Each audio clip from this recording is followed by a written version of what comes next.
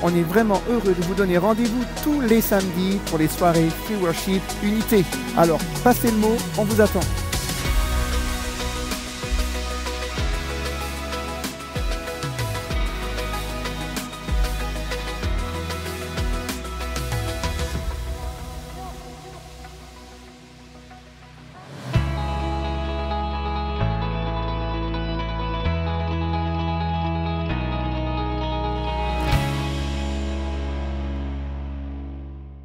Ne ratez pas votre programme tous les mercredis.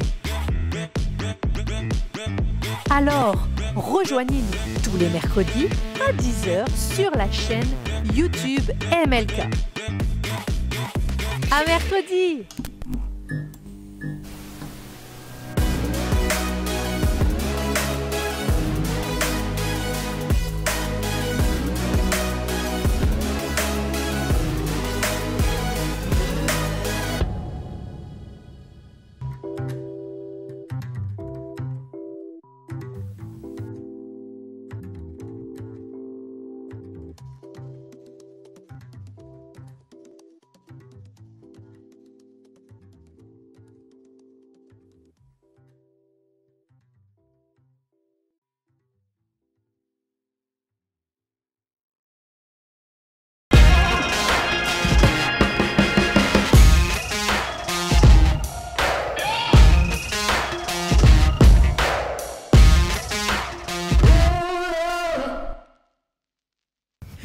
Bonsoir tout le monde.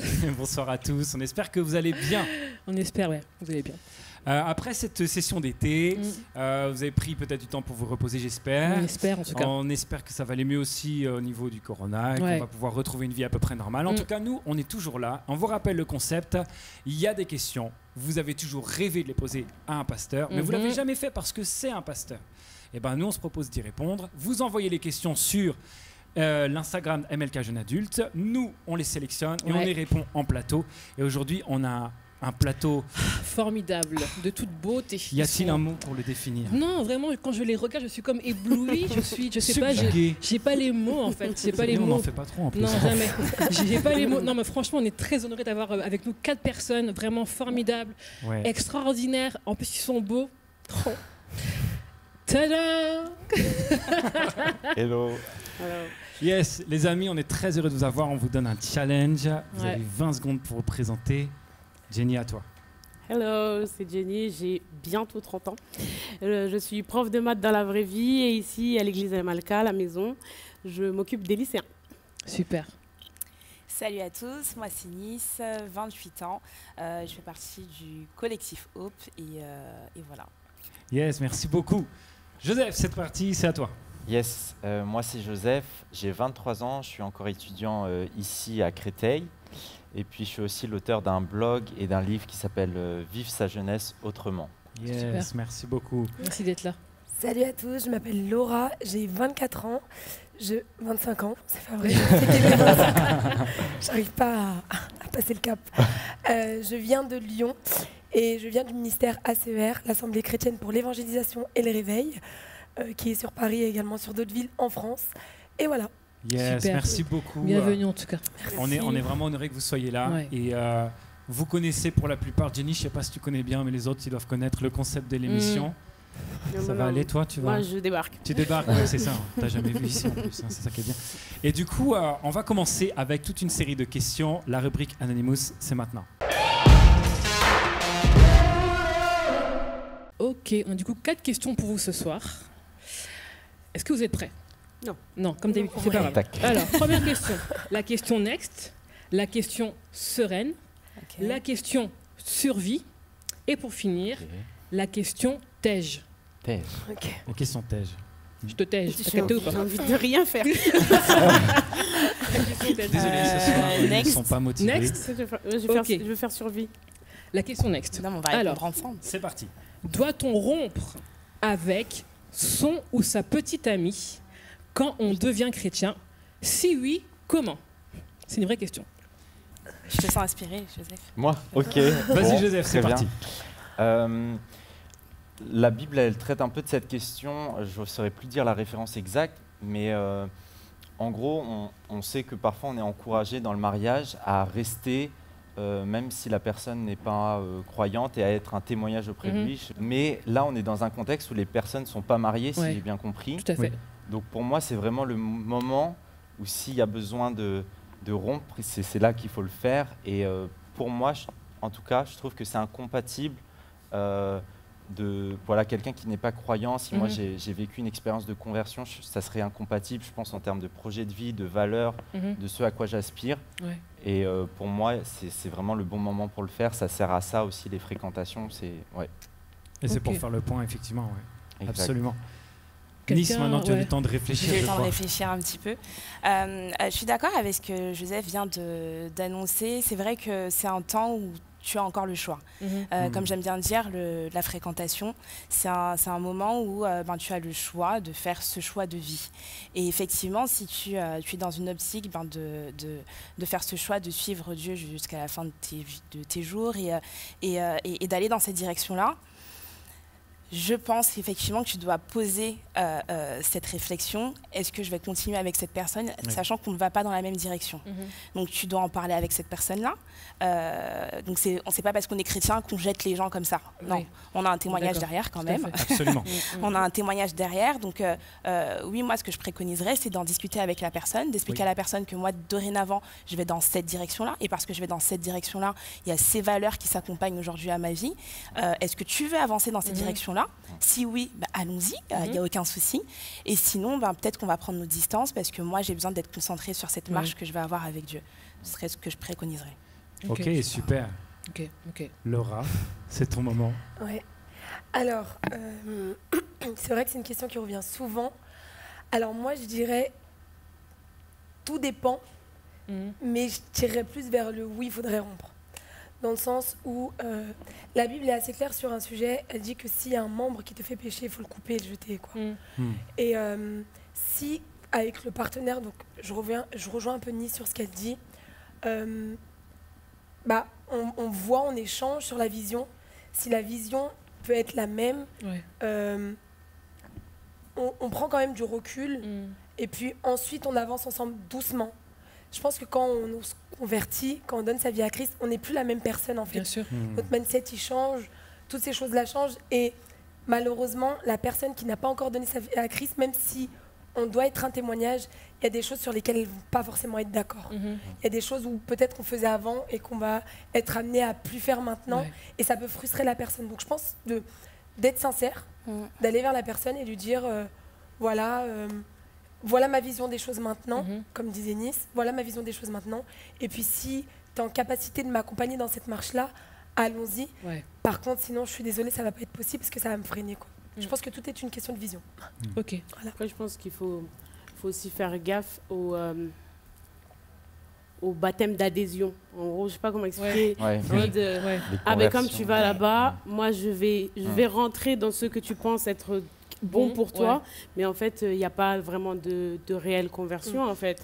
Et puis, il faut même faire gaffe quand on est un homme ou une nana qui prie pour quelqu'un qu'on a aimé et qui est inconverti, de prier pour son salut, pas de prier pour qu'il soit mon mari ou qu'il soit ma femme. C'est deux choses différentes.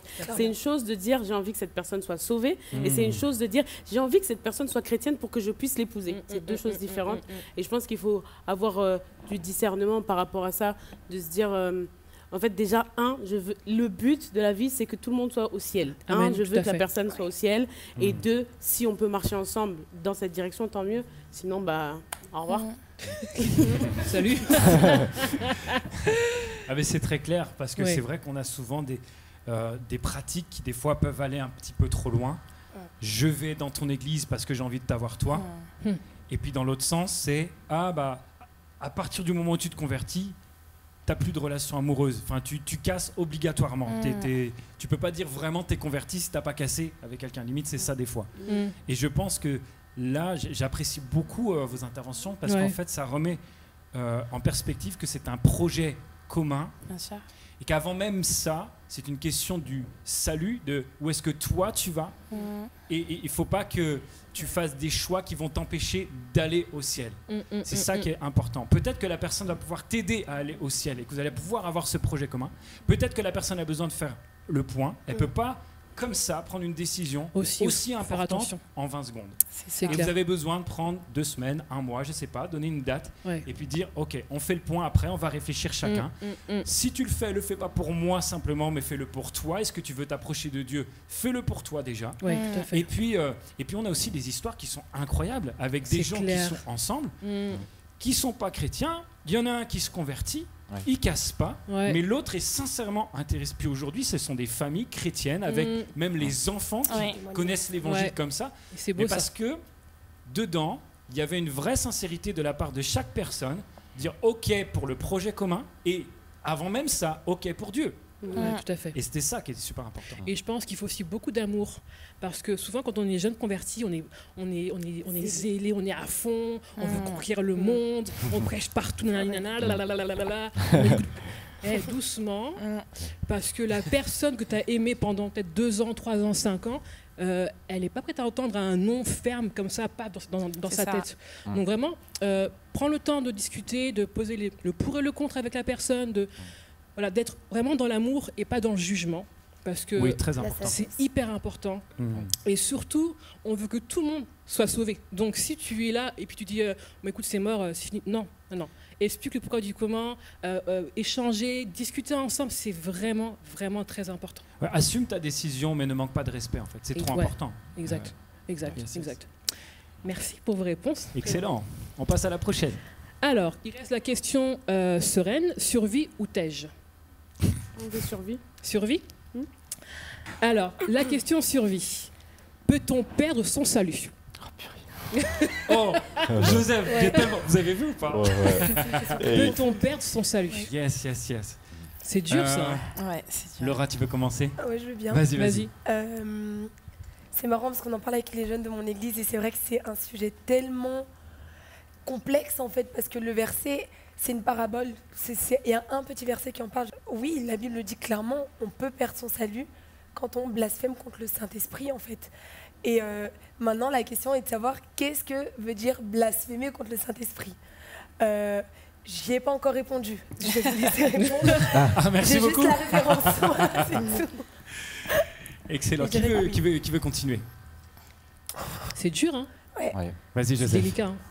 Moi, je m'étais un peu penché sur cette question et j'ai commencé à lire des trucs de théologie. En fait, c'est hyper compliqué parce que c'est un sujet qui en fait divise 2 clans. Alors, c'était arminianiste, calviniste. Enfin voilà, c'est un truc.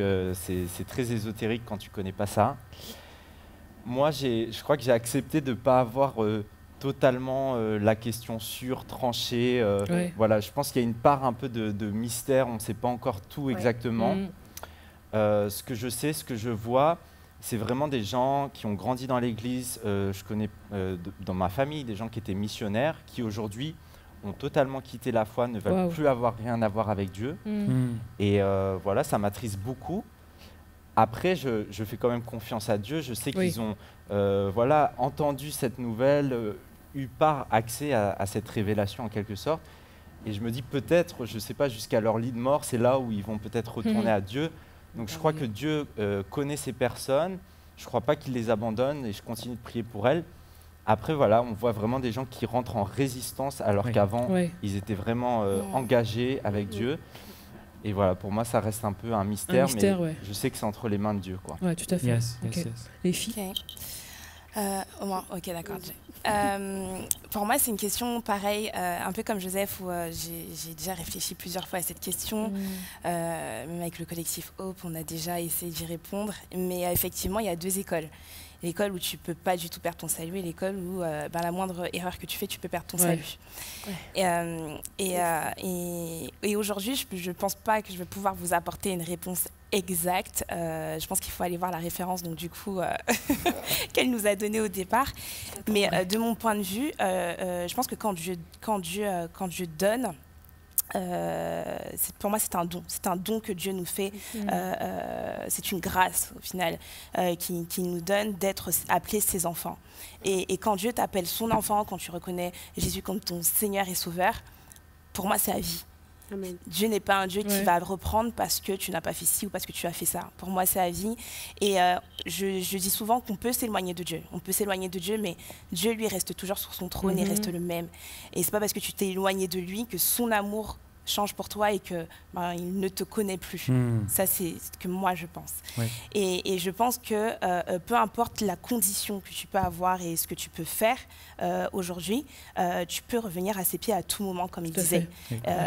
Quelquefois, on passe par des phases dans nos vies où on est peut-être plus éloigné, mais ça ne veut pas dire qu'on n'est plus dans l'équipe. Vous voyez ce que je veux dire?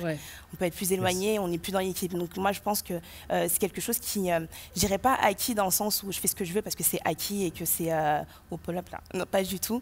Mais je pense vraiment que c'est un don de Dieu et qu'il faut considérer vraiment ça comme un don de Dieu et qu'on peut être éloigné à certains moments, mais que Dieu reste le même et voilà, qu'on fait toujours partie de l'équipe. Ça serait, moi en tout cas, c'est ce que je pense. Yes, yes.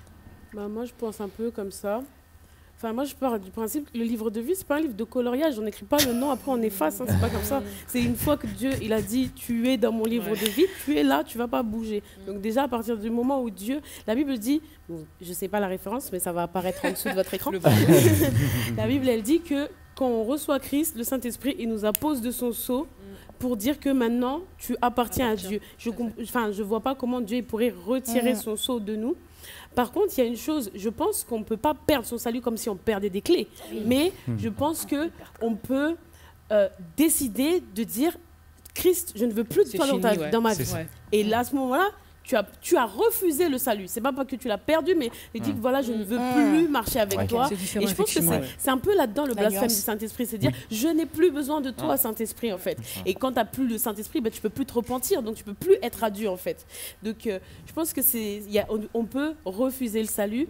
Et puis comme elle disait, il y a aussi un autre verset dans la Bible qui dit travaillez à votre salut. Ça veut dire qu'on l'a le salut, mais il faut travailler dessus. Qu'est-ce que je peux faire pour ressembler tous les jours un peu plus à Christ? Et ça, c'est un travail, ça ne sera jamais terminé jusqu'au jour où on va le voir.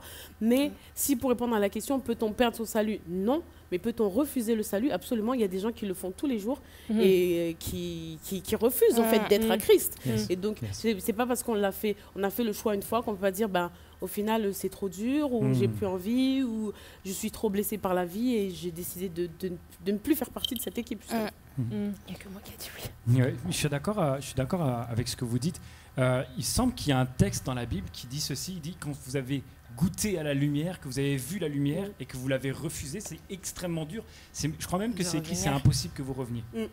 Et je pense que c'est dans ce sens-là, je te rejoins Jenny, quand tu dis ça, par rapport au blasphème contre le Saint-Esprit. Les seuls que je vois pour lesquels le salut est définitivement fermé dans la Bible, mais ever, il n'y a aucune possibilité, il n'y a pas de mais, d'astérix, etc., c'est les anges déchus, donc les démons, qui ont vu Dieu et qui ont dit on ne veut pas de toi. On ne veut plus de toi, Et donc pour eux, il est impossible que le pardon s'exerce. Donc pour moi, je ne sais pas comment dire, ça je suis sûr que ça en fait partie. Après, par rapport aux hommes, je pense qu'on est dans le refus parce que oui, on peut refuser. Sinon, tu prends ton baptême et après tu fais n'importe quoi de ta vie. Et tu ne suis jamais Dieu. Tu dis, je t'avais suivi un jour. Non, mais c'est quelque chose de quotidien. Maintenant, ce qu'il veut, c'est qu'on ne se contente pas d'un peu, c'est qu'on avance, c'est qu'on grandisse, c'est qu'on prenne soin, comme tu le dis, Jenny, je le crois. Et donc voilà, c'est ça qui, pour moi, me semble tellement important. Maintenant, c'est aussi important de dire que dans combien d'endroits, finalement, on te met une pression de fou en disant « Hé, mon ami, maintenant t'es chrétien, là, tu fais la moindre erreur, tu vas perdre ton salut. » Je ne crois pas du tout à ça. Je ne crois pas à ça parce qu'à ce moment-là, tu serais sauvé par tes œuvres. Ouais, tout à fait. Et on est sauvé par les œuvres de Jésus. On ne mérite pas, même quand tu es le meilleur chrétien du monde, ce n'est pas suffisant pour être sauvé. Et donc, je crois profondément dans la grâce de Dieu. Ce que Dieu donne, il ne se repent pas, mais nous, on peut le rejeter. Quelqu'un va rajouter un truc, je voulais dire aussi que c'est une fausse croyance qui est répandue dans la Bible. On dit, quand tu vas devenir chrétien, tu ne vas plus pécher. C'est faux, c'est archi faux. En fait, quand tu vas devenir chrétien, tu vas toujours pécher, mais tu as l'espoir que tu peux t'en sortir, en fait.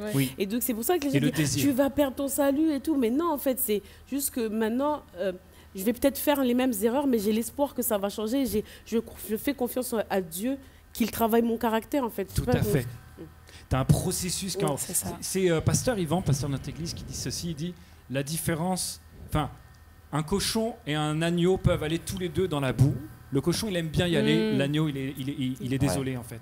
Et ben voilà la différence. Sans vouloir manquer de respect à personne. Mais voilà un petit peu la différence. C'est peut-être avant, je me comportais comme un cochon parce que ça ne me dérangeait pas de me rouler dans la boue. Mais à partir de maintenant, j'en ai conscience que ce n'est pas bon pour moi. Je perds en dignité en faisant ça. Et du coup, je me rends compte que tout seul, je n'arrive pas à changer. Dieu vient changer ma vie, tu m'aides et jour après jour, je progresse. Yes, très bien. On passe à la suivante du coup. Laquelle vous choisissez? Il reste la question... On fait les angoisses là maintenant. Sereine. La question sereine. C'est du live. Comment gérer l'angoisse? Comment gérer l'angoisse? Je pense que l'angoisse, c'est une question importante parce que c'est vraiment, je crois, une spécificité des jeunes générations, de ma génération et de ceux plus jeunes. Quand on regarde les grosses célébrités un peu millennials, génération Z, on voit qui? Greta Thunberg, voilà, qui est assez angoissée par rapport au climat et peut-être à juste titre. On voit aussi la chanteuse Billie Eilish, c'est un univers très sombre, c'est toutes ces angoisses dans ses chansons. Donc, c'est vraiment une question pertinente, je trouve. Si je peux témoigner plus sur un cas qui me concerne moi, je sais que, étant enfant, j'avais beaucoup d'angoisse à un moment suite à une mauvaise expérience de dormir dans un contexte que je ne connaissais pas, en dehors de ma famille, au centre aéré ou je ne sais pas quoi. Et pour moi, c'était vraiment une grosse angoisse. J'arrivais plus à dormir de la nuit. Voilà, je faisais des nuits blanches. Et pour moi, ça n'a pas été résolu comme ça du jour au lendemain, mais ça a été un processus et aussi avec l'entourage en fait, qui m'a appris à reprendre, en fait, à pousser un peu mes limites, mais vraiment petit à petit, et à reprendre un peu confiance en moi sur des choses un peu faciles et vraiment une marche après l'autre. Et ça m'a redonné confiance. Et est-ce que, du coup, par rapport à Dieu, dans cette reprise de confiance, est-ce que ça t'a aidé, en fait? Quelle a été la place de Dieu dans cette reprise de confiance? Ouais, c'est vrai qu'il a joué un rôle. Voilà, je pense, parfois, c'est vrai que Dieu, il agit de manière instantanée. Je l'ai vu dans d'autres fois dans ma vie. Pour ce cas-là, ça a été vraiment graduel, c'est ce que je disais. Aussi. Après, voilà, c'est sûr, il y a des petites techniques. Moi, dans mon contexte, je sais que voilà, en écoutant de la louange, tout de suite, ça m'apaise. Par exemple, juste avant le permis de conduire, je me rappelle, pour moi, c'est peut-être le moment le plus stressant de ma vie. Et là, j'écoute de la louange en attendant que la première personne termine. Et ça m'apaise. Et après, j'étais beaucoup plus serein. Donc, c'est un petit tip peut-être qui peut nous aider. Ouais, excellent. Merci beaucoup. Voilà. Merci beaucoup. Yes. Alors moi, en ce qui concerne la gestion des angoisses, c'est un peu différent parce que comme vous le savez, enfin vous le savez, pas les autres, mais je suis hypersensible. Ça veut dire que j'ai un haut potentiel émotionnel, je ressens les émotions hyper violemment, que ce soit la joie, la tristesse, etc. Donc les angoisses aussi. Et du coup, par survie, en fait, très tôt dans ma vie, j'ai essayé d'avoir des tips pour que ça s'arrange, en fait. Donc c'était même avant d'être chrétienne. Et par exemple, si j'ai des angoisses, je sais pas moi, de rejet ou d'abandon, j'écris. C'est très pratique ce que je vais dire. C'est très bien. C'est très bien. Donc j'écris, par exemple, j'ai peur d'échouer à ça. J'écris au crayon, je lis une fois, après je barre, j'efface et je remplace par le contraire. Et donc j'essaye de remplir ma tête En fait, je me fais croire des choses. Il y a eu des moments où j'étais vraiment très complexée par mon physique. J'ai écrit sur mon miroir, t'es génial, t'es magnifique, oh you the one, les slay queen, tout ça. Je me dosais de compliments. Et comme ça, chaque fois que je me regardais dans le miroir, je voyais des choses. Et je ne sais pas comment ça fonctionne. Mais, enfin si, en fait, c'est vraiment biblique parce que c'est la parole en fait qui est créatrice en fait. Et donc, à force de lire, de voir, de croire, sans comprendre pourquoi c'est Dieu qui fait son taf, mais en tout cas, ça fonctionne pour moi. Et puis vraiment faire le vide aussi. Je pense qu'on est beaucoup angoissés dans cette génération parce que nos sens sont trop sollicités. Les écrans, les machins. Donc j'essaye d'éteindre mes écrans 30 minutes avant de dormir. J'essaye de ne pas manger devant un écran. C'est des trucs tout simples, mais en fait, ça apaise mon corps parce que moi, rien peut me faire vriller. Et donc, c'est des techniques que j'ai mis en place. Et puis voilà, croire ce que Dieu dit aussi. Croire ce que Dieu dit. En fait, des fois, on ne croit pas. Mais des fois, je dis, Dieu, je ne crois pas, mais aide-moi à croire. Même si je ne crois pas maintenant, aide-moi à croire. Et puis, Dieu, il dit des choses merveilleuses sur nous dans la Bible. Et la Bible, ça aide beaucoup à gérer ses angoisses. Parce que même si on lit et qu'on ne croit pas, je ne sais pas comment Dieu fait son truc, mais à la fin, on va croire. Oui, absolument.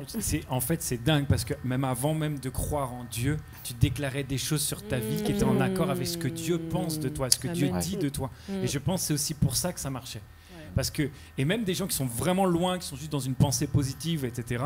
L'évangile, c'est pas juste une pensée positive, mais c'est une bonne nouvelle aussi. Et en fait, il y a des choses qui marchent sans Dieu, parce que c'est des principes que Dieu a établis. Il a créé le monde comme ça. Puis ça te fait du bien. Sauf que c'est dommage de se priver de l'auteur quand même. Ils mettent pas le copyright. C'est ça. Mais le moment où tu rencontres l'auteur, waouh, mais ça change tout à ta vie et c'est extraordinaire. Nice, tu veux rajouter quoi là-dessus?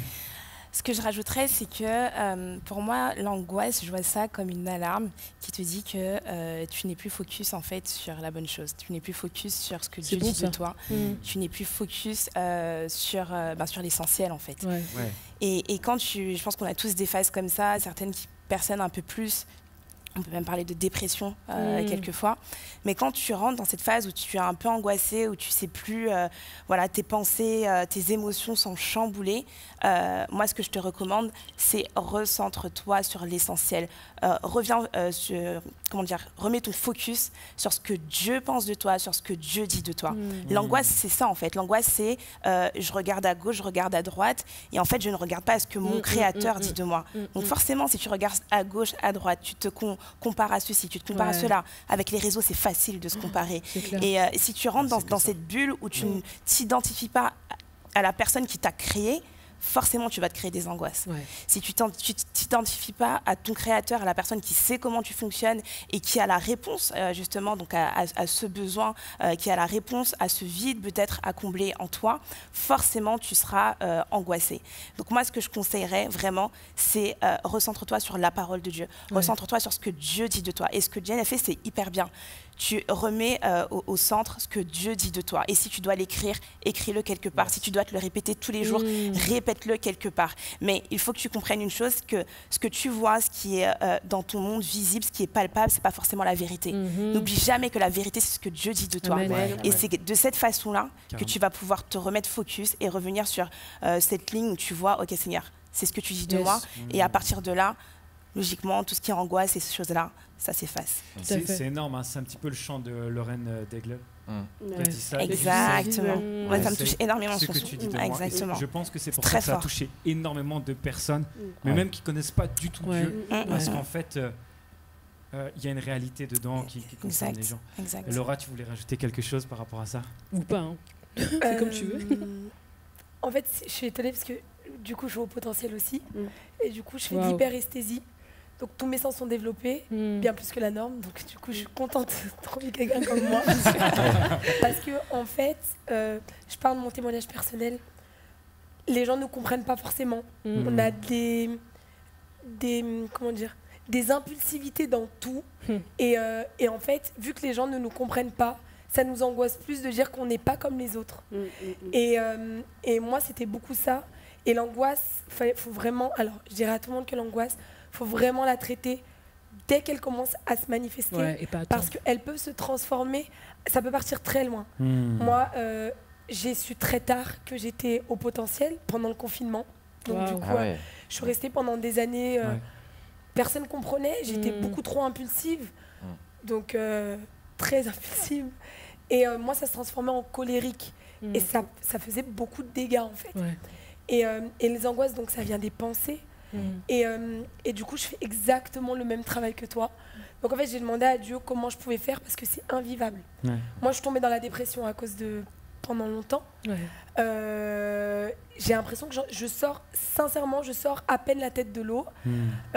Les angoisses, elles m'ont tellement hantée. Et c'était pas des attaques... En fait, il a vraiment été malin, le diable, avec moi, parce que je ne connaissais pas vraiment mon identité. Moi, je rajouterais, donc, elles ont dit des choses extraordinaires, tous, il aussi. Le fait de, effectivement, savoir ce que Dieu dit de nous, c'est important.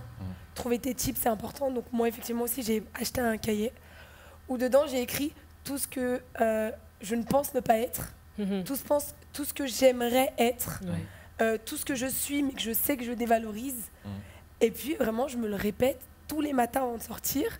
Wow. Et après, je mets mes écouteurs et puis je sors comme ça. Parce que, en fait, l'angoisse est chassée par la parole. Elle est chassée par la manifestation. Ce qui est dans le surnaturel, on l'emmène à l'existence. Et puis déjà, l'angoisse part et là, on commence à avoir une assurance. Tout à fait. Et je dirais que, en plus de savoir ce que Dieu dit de nous, ce serait de connaître son identité. Oui, à partir du moment où on connaît son identité en Christ. Et c'est compliqué, que ce soit pour jeunes convertis ou non. J'ai 9 ans de vie chrétienne et j'apprends encore qui je suis. Tout à fait. Et le tip que je pourrais donner, c'est que pour apprendre à connaître son identité réelle, parce qu'on est tous différents, Joseph a d'autres dons, d'autres talents que je n'ai pas, et vice-versa, je dirais d'apprendre à de plus en plus connaître Dieu, qui il est vraiment dans son entièreté, et de se dire, mais en fait, moi c'est ça que je me suis dit quand j'ai fait cet exercice-là, parce qu'au début je me suis dit, on m'a toujours dit d'écrire, je ne l'ai jamais fait, j'écoute personne, mais je me plains que personne m'aide. Voilà, c'était souvent ça. Et je me suis dit, en fait Laura, qui est Jésus? Mais en fait, tu as accepté Christ, et la Bible, elle est claire, elle te dit que ton corps, c'est son temple. Donc en fait, tu es cette personne-là sur la terre. Donc, au bout d'un moment, mets-toi un petit coup de pied aux fesses, accepte qui tu es, et cette audace-là. Parce que je pense que les angoisses, des fois, on les laisse traîner parce qu'on n'a pas cette audace, cette capacité de dire, voilà, je suis telle personne, je suis comme ci, je suis comme ça.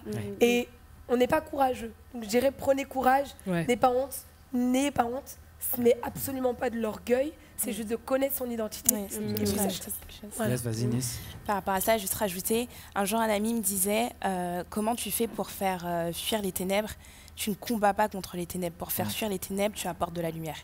Et c'est la même chose pour ça. Tu as des angoisses, tu as des choses comme ça. Comme il disait, ça vient de la pensée. Comment tu fais pour le faire fuir? Va pas combattre contre tes angoisses. Va pas chercher Non, apporte juste de la lumière en apportant la parole de Dieu dans ta vie. Complètement. Il y a David Porter, un pasteur d'ici, qui disait, quand la tête, elle est remplie de Dieu, il n'y a plus de place pour autre chose. Donc remplissez votre tête de Dieu, comme ça il n'y a rien d'autre. C'est un rapport et on ne peut rien mettre au-dessus. Et une autre chose que je dis par rapport à ce qu'elle disait, Nice, ma mère, elle disait toujours, bon, je vais faire un remix après, hein. Ne jugez pas ma maman s'il vous plaît. Elle dit toujours, ceux qui ne payent pas ton loyer ne méritent pas ton attention. Remix.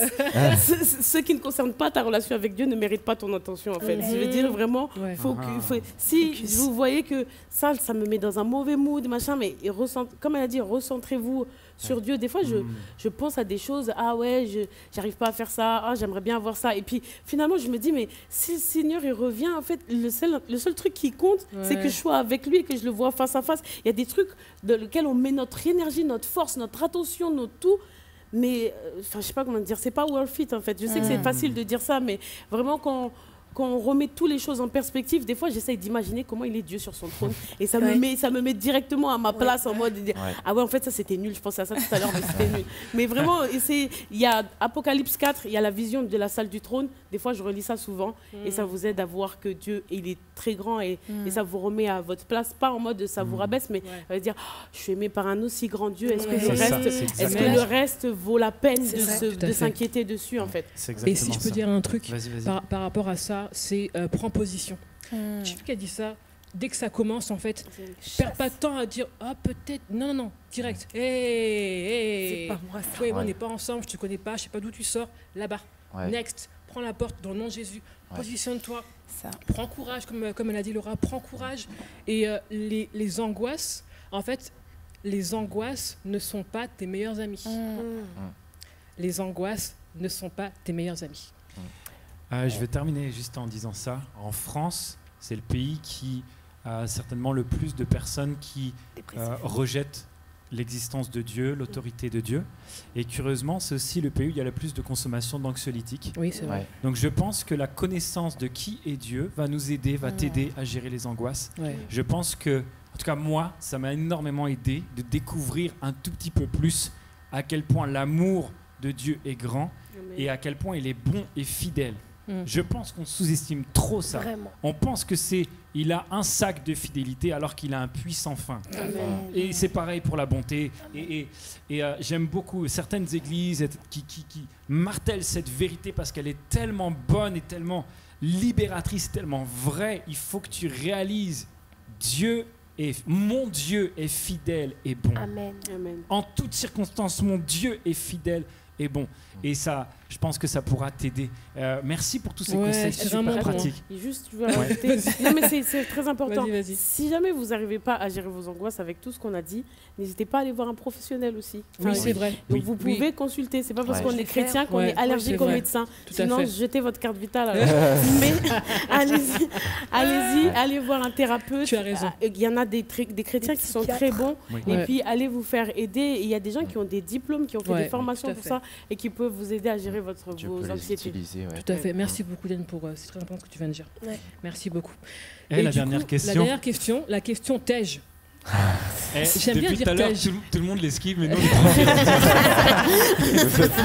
c'est notre préféré. Je suis cuite. La question TEJ. Alors, comment faire face au rejet? Comment faire face au rejet? Ça pique, hein. Moi, j'ai connu ça. Ça fait mal, le rejet. Bon, comment on fait, là? Nice, t'as pas encore commencé, vas-y.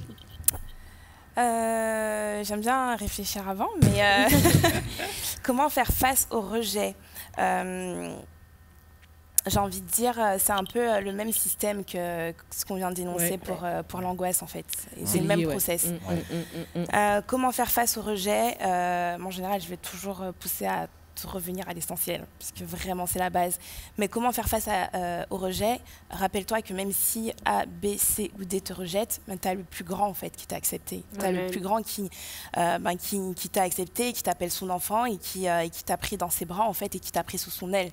Donc, se remettre en fait face au fait que même si ton voisin, même si ta famille, parce que quelquefois ça peut être ta famille, même si tes amis, même si tes collègues te font ressentir, avoir vraiment ce ressenti de rejet, que le plus grand en fait et celui qui est souverain aujourd'hui en fait te prend et t'a adopté comme son enfant.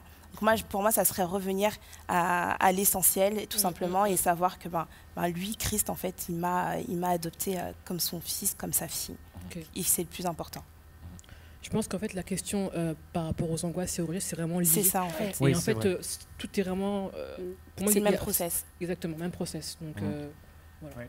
Moi, quand je regarde la Bible, je trouve ça incroyable que la plupart des paroles de la Bible qui ont été reprises et chantées par des générations et des générations dans plein de cultures ont été faites par quelqu'un qui a été rejeté, le psalmiste David. Oui, c'est vrai. C'est-à-dire, tu as juste le prophète d'Israël qui vient, papa, il t'invite pas.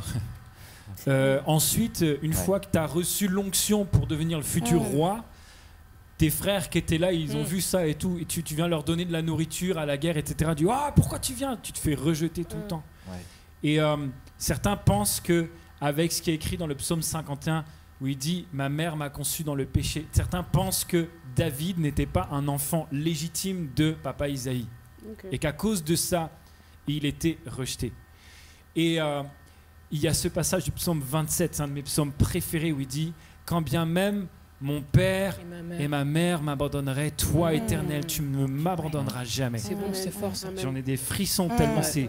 Que ça te parle maintenant, écoute bien ça là. Jamais Dieu, il va t'abandonner. C'est-à-dire qu'il t'a aimé alors que tu n'étais pas aimable. Jésus a donné sa vie pour toi, il a dit ça en vaut la peine alors que toi tu le connaissais pas encore et peut-être que tu allais le détester et le rejeter, il a dit ça vaut quand même la peine. Et je trouve ça tellement incroyable d'être aimé d'un tel amour que Dieu est profondément contre le rejet. Lui-même a été rejeté, méprisé, abandonné pour que nous ne le soyons pas. Amen. Et je trouve ça tellement incroyable. C'est pour ça, ça rejoint ce qu'on disait juste avant. Alors que le rejet est un mensonge qui peut venir s'inscrire dans ta vie et te plonger te traîner dans la boule, le diable, il aime bien utiliser, il a plein de véhicules comme ça. L'angoisse, c'est un véhicule. Le rejet, c'est un véhicule. Tout ce qu'il va faire pour essayer de te pourrir. Mais alors que il y a tout ça qui vient, déclare ce qui est vrai sur toi. Amen. Parce que le diable est un menteur. Et cette phrase qui vient te dire tout le temps, les gens ne t'aiment pas. Tu ne mérites pas d'attention, tu ne mérites pas d'affection, tu ne mérites pas d'honneur ou de respect. Je pense aux gens qui ont été abusés et vous dites, la seule forme d'amour que j'ai le droit, c'est cette forme abusive. Ouais. Ce n'est pas vrai, ce sont des mensonges. Et voilà aussi pourquoi le fait de se rappeler l'amour, la bonté, la fidélité de Dieu est important. Parce que plus tu connais Dieu, plus tu connais qui tu es. Amen. Parce que tu es son enfant, tu es son héritier, tu as ses gènes en toi, tu lui ressembles. Tu lui ressembles, quoi qu'en dise le diable. Donc ça, c'est vraiment très important. Puis il y a une dernière chose que je voulais dire, mais je ne me rappelle plus, donc je laisse continuer. Ok, non, mais de toute façon, je pense qu'on a dit ce qu'il fallait par rapport à... Vas-y. Par rapport à ça, qui a le rejet des hommes, mais quelquefois, étant donné qu'on a vécu beaucoup de rejets des hommes, on calque un peu, du coup, c'est les relations humaines à notre relation avec Dieu. Oui. Et souvent, on a des personnes qui vont, du coup, avoir du mal à revenir au pied de Dieu et vont avoir ce sentiment aussi de rejet dans leur relation avec Dieu. Ouais. Et ce que je voudrais dire par rapport à ça, c'est vous rappeler de ce verset qui dit que ni la mort, ni la vie, ni ce qui se passe aujourd'hui, ni les choses à venir, mais rien, aucune dénomination, même les anges, enfin, rien ne peut te séparer de l'amour de Dieu. Il n'y a absolument rien qui peut te séparer de l'amour de Dieu. Même pas ton péché actuel, même pas ce contre quoi tu te bats aujourd'hui, ce contre quoi tu t'es battu hier, ce contre quoi tu vas te battre demain. Il n'y a absolument rien qui peut te séparer de l'amour de Dieu, parce que c'est un amour qui est inconditionnel. Et comme il disait tout à l'heure, Jean, même avant que tu sois né, il avait déjà donné sa vie pour toi. Pourtant, il savait que tu n'allais pas forcément être parfait, mais il avait déjà donné sa vie pour toi. Et ça, c'est un cadeau vraiment extraordinaire qu'on a aujourd'hui. Et c'est un don extraordinaire, au final, qu'on a aujourd'hui. Donc, c'était juste de rappeler ça, que rien ne pourra te séparer de l'amour de Dieu. Et ça, je me rappelle ce que je voulais dire. Juste, et c'est pas long. C'est juste que certains, vous êtes nés dans le rejet parce que vos parents ne vous ont pas désiré pour une raison ou pour une autre, et c'est à chaque fois très très compliqué parce que même si on vous l'a jamais dit, des fois en plus on vous le dit et c'est encore pire, enfin je sais pas si c'est pire, mais même si on vous l'a pas dit, vous le naissez et vous le ressentez. Tout à fait. Mais à chaque fois que deux gens s'aiment et font l'amour, ils n'ont pas un bébé derrière. Ça marche pas tout le temps. Et qu'est-ce qui fait qu'à un moment donné la personne devient vivante? Dieu, lui, t'a désiré. Il a dit, je veux que cette personne naisse. Je veux que tu naisses. Parce que quand même, ton père et ta mère t'ont pas voulu. Moi, je te veux. Et ta vie, elle compte pour moi. Et il fallait absolument que je rajoute ça parce que c'est pour quelqu'un. Et puis, il y a un bel exemple de rejet, c'est Jésus. Jésus, partout où il allait, se faisait rejeter, même de sa propre famille. Donc, à chaque fois, je me disais, mais comment il fait pour encaisser. Enfin, si on remettait dans ce contexte, en fait, Jésus, il aurait des haters sur les réseaux tout le temps. Mais en fait, je me dis, mais comment il fait pour encaisser tout ça, tout ce truc? Et en fait, il y avait deux choses qu'il faisait, c'est qu'il priait le matin. Donc déjà, ça aide.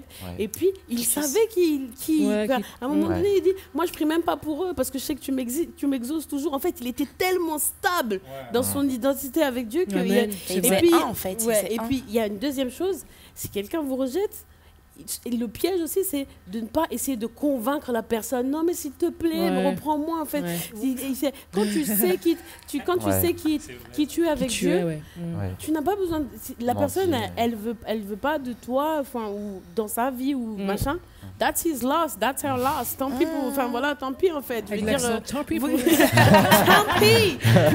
Non, je veux dire, mais vraiment, ne tombez pas dans le piège d'essayer de convaincre quelqu'un de vous vouloir dans sa vie. Dieu, il ne nous convainc même pas de l'aimer.